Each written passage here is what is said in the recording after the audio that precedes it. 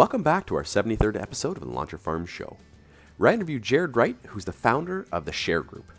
In this episode, Jared and I talk about why data quality matters and how you can leverage that data to pull in quality seller leads.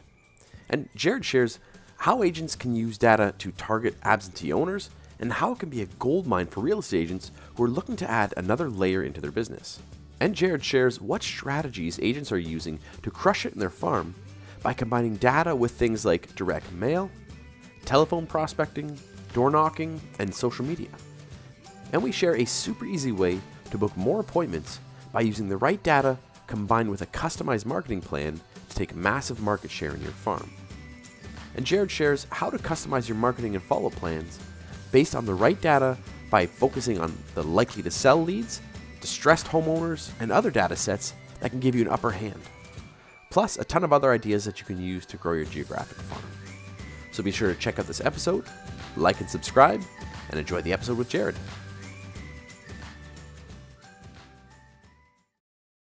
Welcome back to another episode of the Launcher Farm Show. I'm your host, Ryan Smith, and today we got a great guest. It's Jared Wright. He's the founder of the Share Group. So Jared, take a second, tell us a bit about yourself and why you're here. Yeah. Hey, thanks, Ryan. I appreciate you having me on the podcast here. So my name is Jared Wright. I'm the founder of the Share Group. We are located in the middle of America here in Omaha, Nebraska, and we are a database marketing company. And ultimately, we help real estate professionals find motivated homeowners, off-market motivated homeowners that the competition isn't going after. Awesome. So you got a really kind of unique story on how you got there. And I always like to kind of go back on it.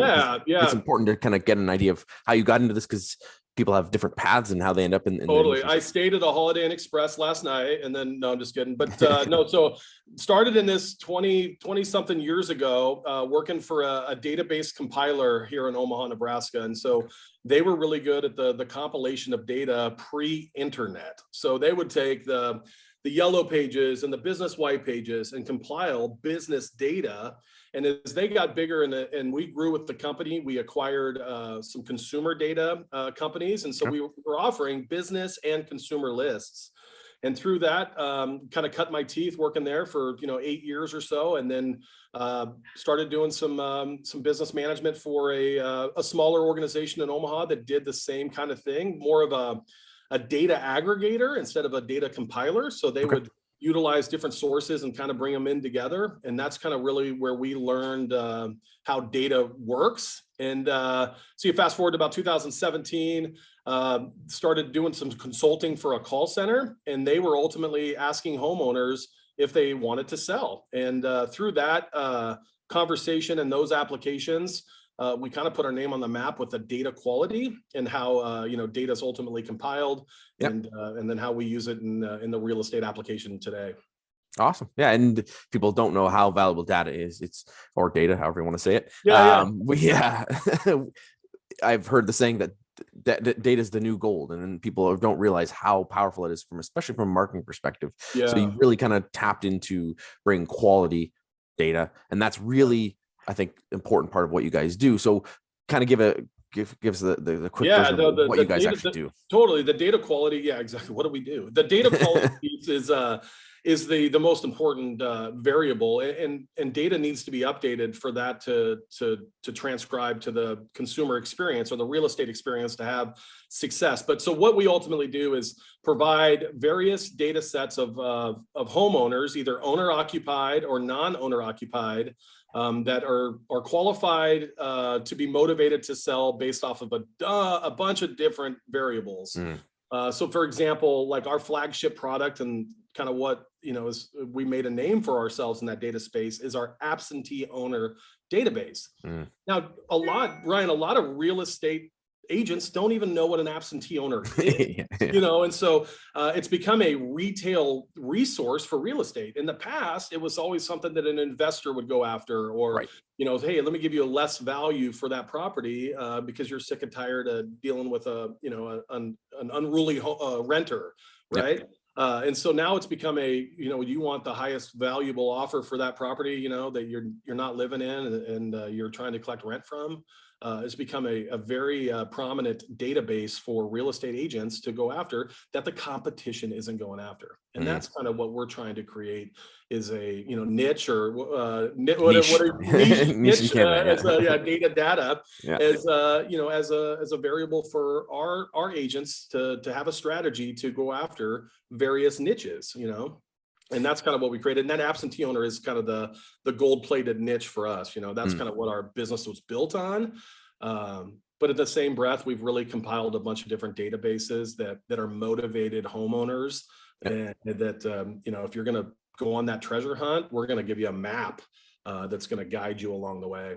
Yeah, I liked when we spoke before, you mentioned that analogy. It's a great way to put it that way, is that it's there. You just got to find it. And if you know how to find it, you can speed up the process of, instead of having to just dig holes everywhere, you're providing that map to help people get to there. Totally. And it's the same thing you do as a real estate coach, Ryan. I mean, you can't do the work for them, but you can definitely show them how to do it and teach them the right ways. And that's kind of what we try to do for our clients is to advocate for them to have success when they have to go on a treasure hunt, when they have to put the work in. We want it to be we want to set it up for the most success for them. Okay. So then going after that absentee homeowner, I think it's important to think about what kind of approaches are agents doing to get the results. Because I mean, okay, sure, no one's living there, or that the owner's not living there. What are agents doing to actually get out there and have success with that? That's a great question. So the primary application of our data is cold calling, so outbound phone calls. It's also used in door knocking strategies, as archaic as that might seem, but it's used for cold calling, and then direct mail is probably the other secondary use. And what we're trying to teach our students more on as a third application for the data is using that same audience and retargeting it in the social media world, right? So loading it into Facebook and displaying ads to that same audience that you're calling, or perhaps that same audience that you're direct mailing, and doing all three. And I think that's an important part of really getting the most out of it. And that's something I teach. I talk about strategy stacking. So anyone's done any training for me, is really learning to layer in the approaches you do. And instead of just having one pillar or one avenue, it's how do you get more bang for your buck and more from the audience you're going after, especially in your farm, where they're seeing, hopefully your flyers are seeing, your social media, they're seeing other things. So what kind of things are people actually doing when it comes to the calls and the mail outs and the social media that they're getting results from? I think the biggest push a lot of our successful agents see, utilizing our data as the pillar to the communication. But once they get in front of them, that's when the rubber meets the road as far as they can do their presentation, and try to get the listing. So most of our customers are out there, trying to ultimately win over the listing opportunity. And so, building that relationship, and I think getting face to face with the opportunity is what the most advantage of converting to an actual listing than beating around the bush. So trying to set an appointment, I think, is probably the number one directive with our data to get the agent in front of the homeowner.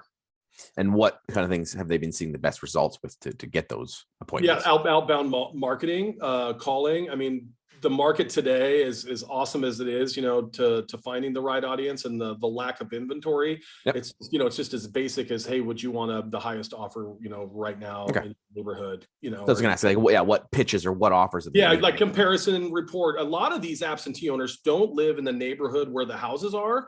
So they could live in a different city or a different state, and they don't really follow the pulse of what the value of these properties are. Right. And so some of these calls can just be an introduction of, like, do you know what your home's really worth? And then that opens up the opportunities to be like, man, I had no idea that that property, went, that I inherited from my grandma, is going for that. And so we were kind of using absentee owners as a pre-pandemic strategy, just because the competition wasn't going after it. Well, now that the pandemic has hit, and renters and landlords and the taxes and everything else included with it, it's become a pretty prime real estate for looking for more listings. Yeah, makes sense. So I know a lot of agents, they struggle with going after people when they have these they're not dead cold leads because they're warmer than just calling Sure. nobody. Yeah. How do you position, or how the agent's positioning it? Like, hey, how did I get your, how did you get my information? How do you know this information? How do you cross that without being creepy or without being weird? No, totally. And I think the internet helps that, today's day and age of the multiple sources, but a lot of the way the data is compiled from us is public record. So Okay. it's transactional information that is compiled at the county level. So Okay. my wife and I refinance in Douglas County, Nebraska on our property. That goes to as public record, and then that data is available for licensing or compilation, aggregation, as many big words as I can use in one sentence. And then we utilize the internet as an online source of responders, right? So someone that's going to respond to an online ad or a coupon or sign up for some application is now saying, hey, you know what? Here's my email, here's my cell phone. And so we'll take that transactional record, that address, and then we'll take the phone number and the cell phone of that opted in record. And then we marry those together with multiple sources, not just one or two, multiple. I think there's like 12 different sources that come into it that allow us that information to, we're pretty above par in the world of data compilation. Everything that we have is legally and compliant, but just even specifically in your area in Canada, that's a whole different level of privacy, but we do have data there, and a lot of it is because of the opted in access that we get. If we can show proof of that time and date stamp of Ryan Smith opting in, to receive third-party information, it's definitely a helpful way of marketing for realtors. But at the end of the day, if you're going out there and wanting to offer them a service of benefit, right? Hey, let me help you out of your distress, or let me try to, give you the best offer for your house. It's not, people aren't going to be less evasive of like you knocking down their door and trying to sell them steak knives or something, they don't really need. We are able to identify these homeowners as, being motivated by transactional information or self-reported demographic information. And so the audiences that we put together and the segments that we have for these realtors are really putting our best foot forward for them to have success, to sort through, to really generate that farm in their zip code, but being targeted to the homeowners that are motivated to sell. Yeah, and I think it's also important to know that when you can get that information, you can then customize the right type of marketing for each people. And so much old school farming marketing and any real estate marketing was kind of just like one size fits all, blanket marketing. You send it to everybody and hope someone puts their hand up. When you can start to narrow it down by demographics, by people who put their hands up, by if they're living in the house or not living in the house, you can then now tailor your marketing to reach that audience and get more out of it. So you mentioned you've got other kind of segments. What does that look like? Data sets. Yeah. So we kind of just talked about the non-owner occupied, the absentee owner, but the other data sets we have are all owner occupied. We've created a likely to sell algorithm that we use based off of some transactional and non-transactional data. So let me give you an example. Our likely to sell is based off of equity in the household. So we use a threshold of a certain amount of equity that these homeowners have. Length of residence, age of homeowner, age of children, size of home. And so we're able to predict in different scenarios of either they're progressing into their second or maybe future dream home, or they're progressing down into becoming an empty nester or downsizer. So within that likely to sell model, we have a couple of subsets of empty nester downsizer. One really strategic avenue for us right now is master bedrooms on the second story. So you got to think about these baby boomers and the audience of home sales now moving and shifting to that 65 plus age. We're strategizing with the real estate agents to go after master bedrooms in the second floor. And that's becoming a niche or, a farm, a specific target within an area that instead of calling the 1,000 homeowners like you talked about, let's call the 300 that are going to be motivated to sell one way or another based off of time alone or other characteristics that motivate them to sell. Last but not least, and I'm pretty chatty here, Jesus, Ryan, is our distressed homeowner. So there's distressed properties and then there's distressed homeowners. Okay. We're good at identifying this distressed homeowner. So, these people are still living in a $300,000 home or $250,000 home. But they're, maybe going to a payday loan place, or they're robbing Peter to pay Paul. And based off of some of those credit score, buying behavior kind of environments, we're able to predict that household is distressed. Ultimately, our agents go in and with the same message, you want a high dollar offer on your house, and it's seems to be working really well. So we have a couple of different categories of motivated to sell, distressed, empty nester downsizer kind of environment. And I think the advantage for us, and you and I talked about this last week when we talked, but is the quality of the phone number, the not the quantity. So we're really going to put our best foot forward to put the best phone number we have, the most current on that record, that allows some deep indeed farming. I mean, it's kind of you're preaching what we are practicing, what I'm saying, or vice versa. But exactly. And it's important to then layer it in. And this is, again, where I talk about the strategy stacking, where this can be one element that you add in. It doesn't have to be your only source of business, but it also creates a bigger picture or a better picture for your farm. This is something I teach agents all the time, is that you really should understand what's going on in your farm. And instead of just mailing out something and hope things stick, you should be knowing who the builders are, what type of homes they are, what's the average age, what's the demographics that are living in your area, what type of marketing is working, what's not working. And when you can use lists like this, you can find out more information, you can collect more information, you have a much more kind of holistic view of your farm, and then you can then create more marketing opportunities. Well, you hit it right on the head. I mean, you become that expert, through hard work, right? Through building relationship, understanding what your audience looks like, and then you start reaping the benefits of those activities. That's the game plan, at least. It's like you said, it's a source and it's a way to get you into the door, but you still have to have the other things in place. And it's an opportunity for you to, it's the map to get you to you have to do the work, you have to do those things. So what are you doing have you found with the agents that are using your services that are combining with that with any of the other strategies, or are they doing anything else, or is it just kind of strictly, hey, I'm just going to mail this out? No, it's a lot of the successful agents that we have and the feedback that we get. So, our process is like a one-time fee. It's not a subscription, right? So you pay for one product and you get it, and we get a lot of feedback on it. And so a lot of them are getting multiple listings from, let's say a one-time purchase, but they are utilizing, like you and I have talked about here in the last 20 minutes, multiple touches, right? So not only are they generating a phone call, they're sending out a postcard, and then they're taking that same data that they're calling, they're mailing, and then loading it into the social media platform, and then touching them with 3 different point of views to ultimately get appointments. We're strong believers on if you build it, it will come, and so if you make the phone calls and you work the farm and you're smart about the audience and the strategy that you go about, we see a lot more success. And a lot of it is just ultimately doing it, right? You can talk about it, you can plan it, you can strategize it, but the ones that we have the most success with are the ones that do it, and it's either what's supported by their brokerage or by their team or individually, but just putting in the work to build the relationship with the lead we're providing is kind of the name of the game. It's not brain surgery, that's for sure.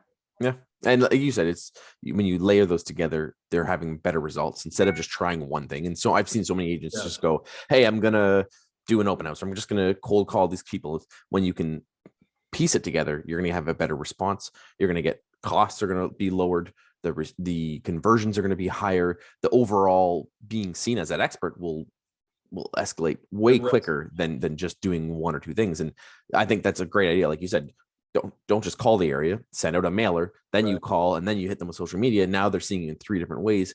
That's how you're going to get more out of it. And then you do all the other strategies you're doing. It just continually raises. And you're building that pipeline, right? And then, when they're motivated to finally put that sign in the yard, you're the first one that they think of, right? Because you're in front of them, and you are the expert, and you do know that that you can sell a house in 30 days. I mean, there's so many different, paths that we could talk about.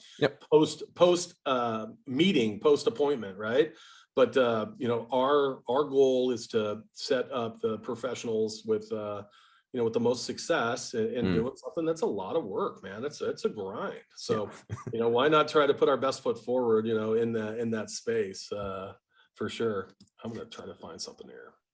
You mentioned building the pipeline. How would you say like the timing is of these kind of leads for people doing these calls? Because a lot of agents are looking for that instant, hey, I want someone who's going to sell their house tomorrow. Right. Have like an average time frame of the expectations of the leads like this? No, that's a really good question. So yeah, it depends maybe on market, but we talked to an agent in the East Coast that bought a list in January that already had 2 listings in 3 weeks.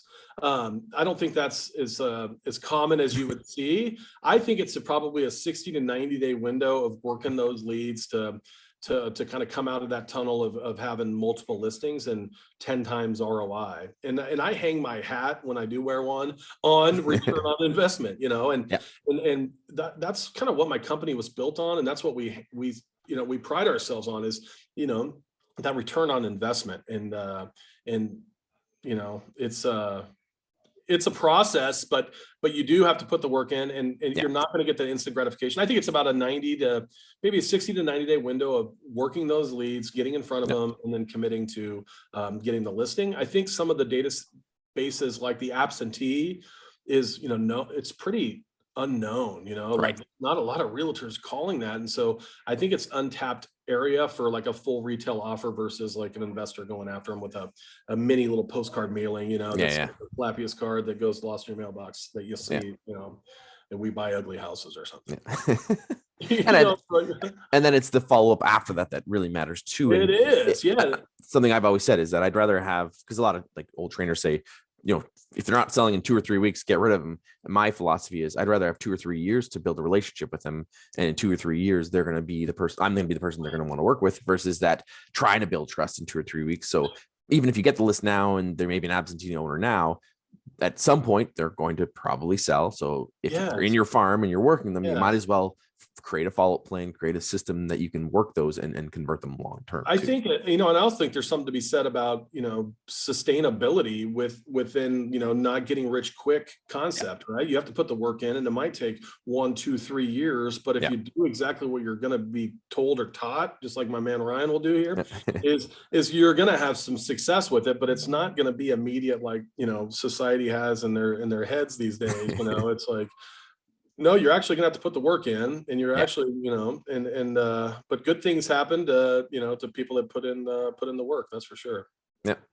I know for myself, when we did our farm, we did a report, we did a neighbor report, and we put an offer out there, and we got people to sign up for a report, and we went back and tracked the turnover rate from the farm overall, and then we went back and tracked the turnover rate from the people that were on a report, and there was a 2.5 times higher propensity for them to make a move. So we put our time and energy into those 2.5 times more people more likely to make a move. And a lot of people will do all kinds of marketing where they're sending out stuff to try to reach everybody, and they go, if I could just send it out to enough people, we're gonna get some business. But it's like your lists, like our list, the more likely they are to make a move, I'd rather put my eggs in those baskets. And you're not saying you're going to do nothing with the other people, but you're going to obviously get a much higher return on those people who are looking to do that now business, but it'll also convert to longer term now business too. Totally. And there's something to be said about, finding your niche and being targeted is kind of holds more value, I think. And like in that strategy of what, is it your neighborhood, and you really appreciate everything about the neighborhood when they have their, their carnivals or their, their Oktoberfest or whatever that is. But it is important about, really becoming that expert in that space that you were talking about too. I get your point behind that for sure. So are you finding that agents are coming back to buying the list repeatedly in that same area? Do they kind of like buy it once and then that's a really good question. That's a really good question. We get that question a lot. And so like what we strategize with, if they're comfortable with that farm and those zip codes that they originally purchased, we will update it after like a 90-day window of like, hey, if the cell phone number changed or a property has been closed or, or a new one is available, that's something we navigate through. A lot of our realtors will focus on a secondary segment of geographic area. So another set of zip codes. business within the same area that they target on. And they're like, man, we've had so much success with this absentee in my 3 zip codes. Let's try 3 more, And so, we're only about a year in of like full real estate agent, like online sales and the sales team behind what I'm doing. And we're starting to see now, like a year in, of the feedback and the success of the work that they're putting in, those 3, 6 months down the road. Now you're getting a call back going, man, I got 4 listings. I got 6 listings. I mean, we have an agent in San Francisco. He's an 18-year-old kid that buys a list every 2 months, and he gets 4 or 5 listings every time. I mean, he's just a hustler, So you hear those stories and you get excited. I do want to mention, and not to transition, but you being in Canada, we do have data in Canada that's opted in. It's not as detailed at the demographic side, like absentee owners and those segments, but we created like a likely to sell model that's like age, job title, income, and I think house size. It's been tested a few times. It works. I mean, like you said, you can find geographically maybe your farm, and you have some Canadian clients with a strategy. But I just wanted to mention that we do have some likely to sell Canadian data, and a lot of that phone number and email is compiled the same way we would with the time and date stamp. So nice. It's we're definitely opted in that world too. Good. Yeah, because for our U.S. listeners who don't know, Canada's a lot more strict with our rules on what we can do and can't do, and it does make it difficult. And one thing I will add to it is that it's a blessing and a curse. And I've always said this with our rules, in that not everyone's doing it because people can't just easily access information. So you don't have the same thing. So if you can get access to the data and get it in a way using something like yourself, your system like yours, you can have that advantage versus someone who may be getting access to that property or information in the States a lot easier. There's maybe more people going after those people. So it does, it's got its pros and cons for sure. We have a handful of Canadian clients that utilize, our data through geographic targeting or, some of the likely to sell categories, and it works. And it's like you said, you got to put the work in. You got to have that strategy, multiple touches. We didn't even really touch on email marketing, but there's some tools of email marketing data that allows you, even if you don't want to spend money on direct mail, maybe you only email the audience and the people that click on the email, that click on that offer. Those are the ones you send the direct mail pays to. Right. So we have some a little bit more, strategic marketing strategy within that too that I didn't touch on earlier, Ryan. So that's perfect. It's good to dive into that because I want to ask about that, because a lot of agents struggle with that. And I find that I'm not going to say older agents, but agents who maybe not be as tech savvy, they give up on the email marketing and they are just doing that old school. They want to be face to face, door to door, belly to belly.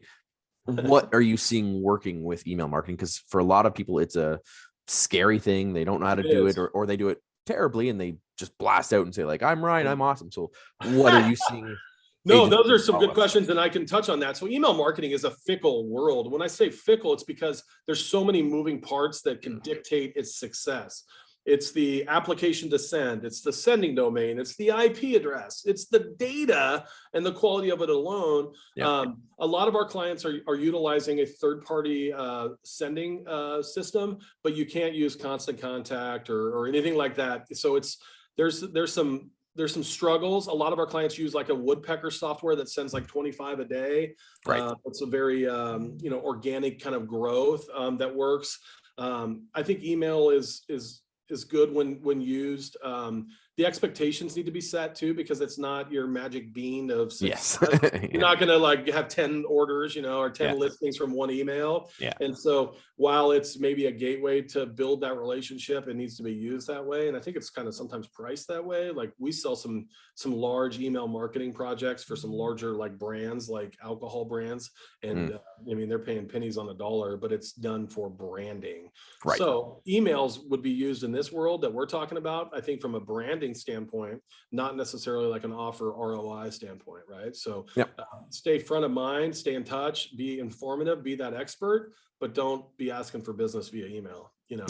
That's a little, it's used for, I think, like I said, a branding approach. Like if you're really targeted within that, I think it's really good. And to talk about one other thing that I was going to bring up too, that I made a note of, being that expert in your farm, you had talked about building relationship with the builders and the attorneys. And so, we try to teach our agents to go after some of those different business segments, like a divorce lawyer or a probate lawyer, and some of those segments. And so that is another way of good email marketing, I think, is in the B2B space than it is in B2C. So business realtor to homeowner is a little bit harder approach than realtor to probate attorney.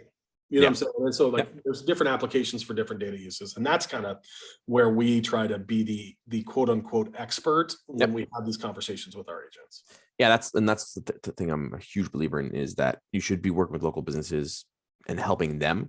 And if you can create a plan where you can work together, where you can cross promote together, where you can create a package, like a co-op, exactly. And then if you get into those segments, then you can have more targeted, like the empty nesters, you could create a program around that. Or if the absentee owners, then you could create a program around maybe a property manager, you could have a lawyer, you could have people that would be likely to serve the needs of whatever that segment is. You can then create more value instead of just you selling from yourself or your from buddies or exactly, or whoever else will come in. I think that's such a good point.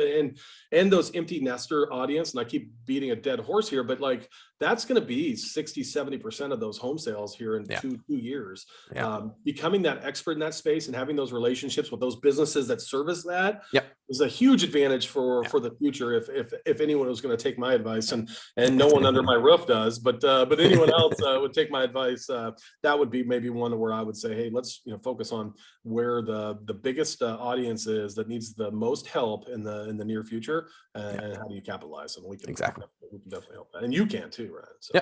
And it's adding value to them, and that's the key too. It's not just selling yourself. And so many agents I've seen over the years, just they move to push their message out there. And this is something I teach with social media, is that you should be having conversations with your audience, not at your audience. And it's not just, hey, I'm great, hey, I'm awesome, or I sell more homes, or just a logo out there. It's how do you create opportunities to add value? How do you create opportunities to create conversation and take the next level? And it could be something that piques their curiosity. It could be something that's just adding something interesting to their life, but it's also building those relationships that we've talked about. It is. That's how you really take it to the next level. But you can't just be blasting people with "I'm the best" and beating your chest. There's something to be said. Like I think America and consumers in general, or North America, is sick of the snake oil salesman, right? Like sick of the guy that's patting himself on the back. We've all heard it. So now to provide that value, you have to show them what you're going to do. And if you're like, hey, if I'm going to show you that I'm going to sell your house in 10 days or whatever your statement is,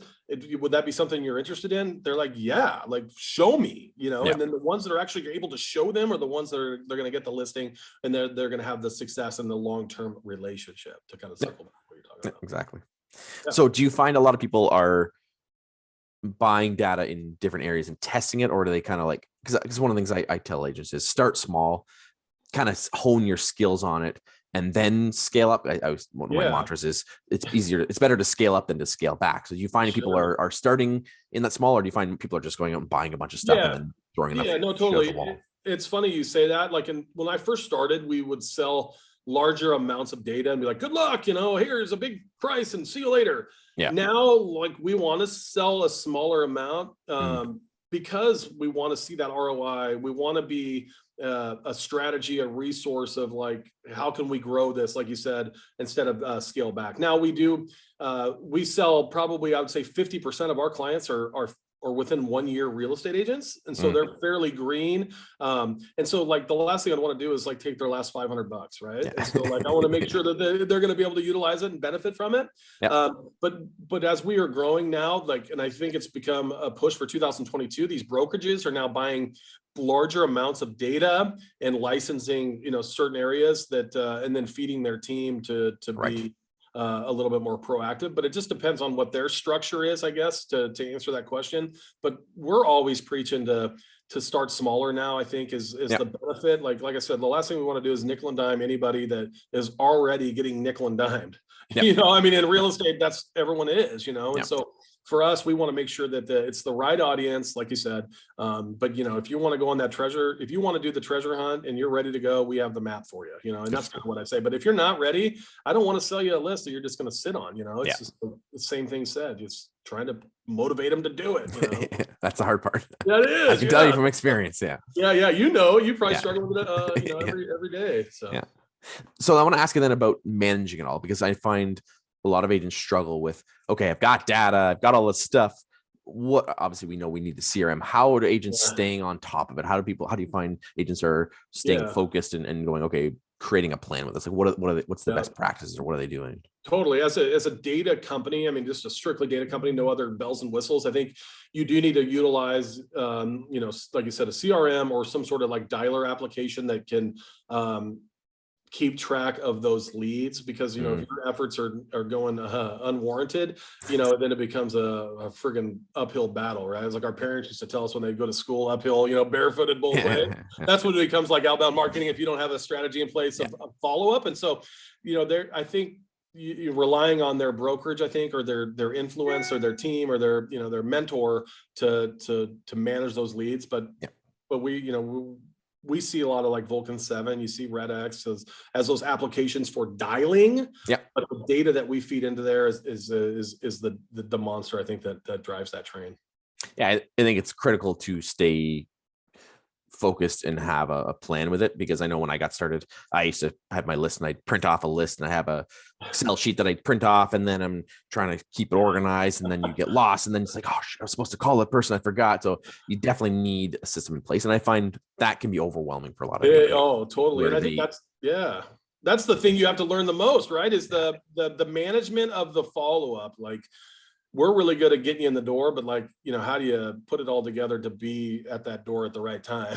Yeah. And so that's the really important thing. And someone like you as a coach that's teaching these people are, I think that's probably what you see is most important, right? Is the organization of the follow-up, right? Yep. Creating that system in place to have it, because without the system, you can have amazing data, you can have a great plan, you can have the map, but if you don't have a strategy to go do it, it's hard, and you have to figure out what you're going to do and layer it in. And for me, again, because I teach strategy stacking, it's how can you use that data in conjunction with the other things you're doing to get more out of it as well. So that's when you start to layer that opportunity in, then you can get more from it. And take totally. And sometimes when you have to go on that treasure hunt, you need a guide like you, Ryan, to go along with them on that journey, dude, to find that gold. So it sounds super cheesy and cliche, but it makes sense. And we're out there, not coach certified or anything like that, but we are ultimately coaching,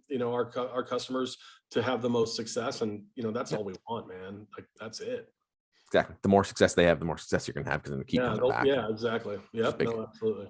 So that ties up perfectly into our last segment of your best piece of advice. So what's one piece of advice you'd give our consumers if they're looking to get into using data for their farm? What advice? Yeah, I think, targeting the data to fit your success or your needs, and then not putting all your eggs in that one basket. So, getting really targeted with what you want to go after with a couple of different segments or groups. I think, having a diversified prospect audience is something that's going to be beneficial.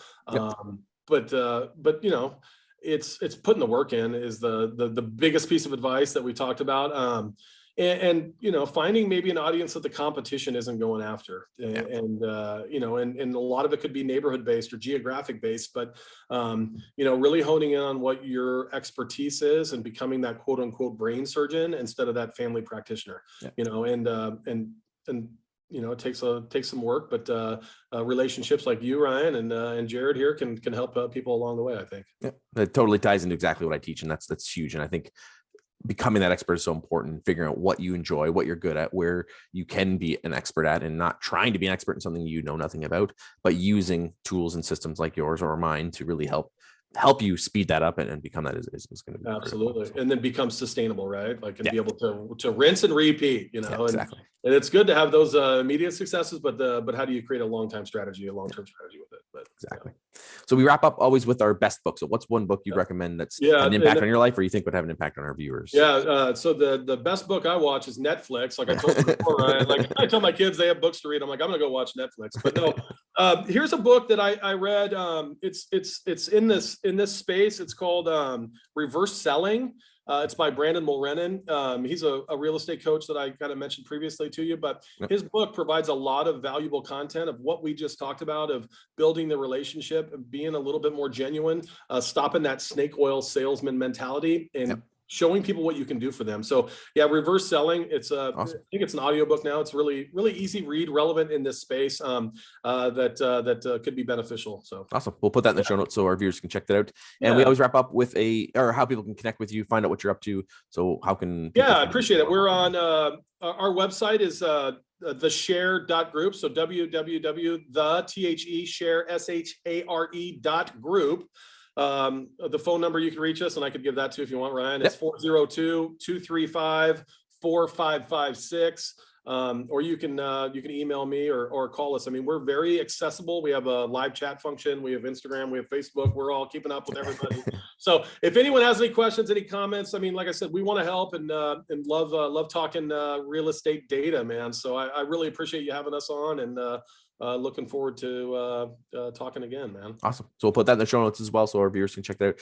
Thanks. So Jared, thank you for being on the show. I really appreciate you bringing that insight and wisdom and experience. And I know if our agents do take the advice, do take the data, go out there and do something with it, they will see the results. You just got to be committed to doing it. So thank you for being an inspiration for agents and providing that quality data that you have. And I know if people take you up on it, then I know they'll have the success. Awesome, Ryan. I appreciate you, man. Awesome. Thanks. Thanks for checking out today's episode. If you'd like more videos like this, be sure to like and subscribe to our YouTube channel. Check out our Facebook page and our other social media channels. Looking forward to bringing you more great content like this, and happy farming.